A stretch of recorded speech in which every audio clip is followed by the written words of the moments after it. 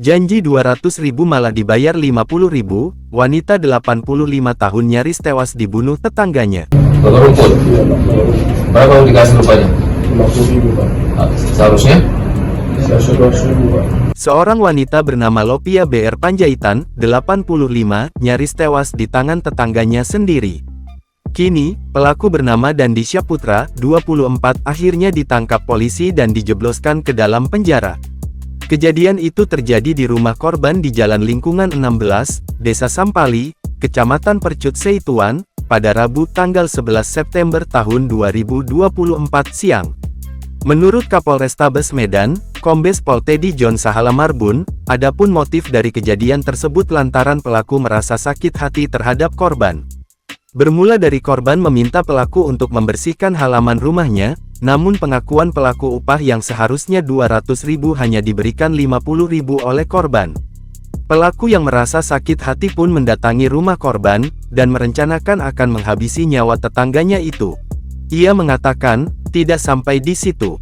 Pelaku membawa korban ke lantai, lalu mengikat tangan dan melakban mulut korban. Kemudian, korban pun langsung pingsan. Setelah itu, pelaku pun langsung berniat untuk menjarah barang-barang korban di dalam rumah.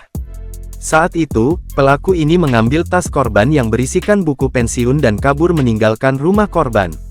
Kurang lebih 2 jam, anak korban kembali lalu melihat ibunya sudah tergeletak dan tidak sadarkan diri, sebutnya. Lalu, korban pun dilarikan ke rumah sakit untuk mendapatkan pertolongan medis. Kemudian, membuat laporan ke Polsek Medan Tembung. Polisi yang menerima laporan korban pun langsung melakukan penyelidikan dan mengejar pelaku.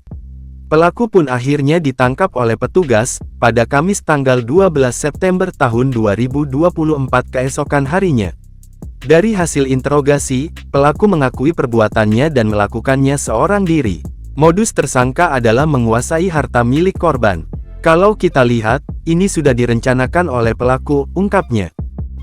Dari hasil pemeriksaan urin pelaku dinyatakan positif menggunakan narkoba jenis sabu. Pengakuannya, pelaku mengaku sudah mengkonsumsi narkoba sejak sekolah. Amatan Tribun Medan, saat digiring oleh petugas ke sel tahanan pelaku tampak menangis.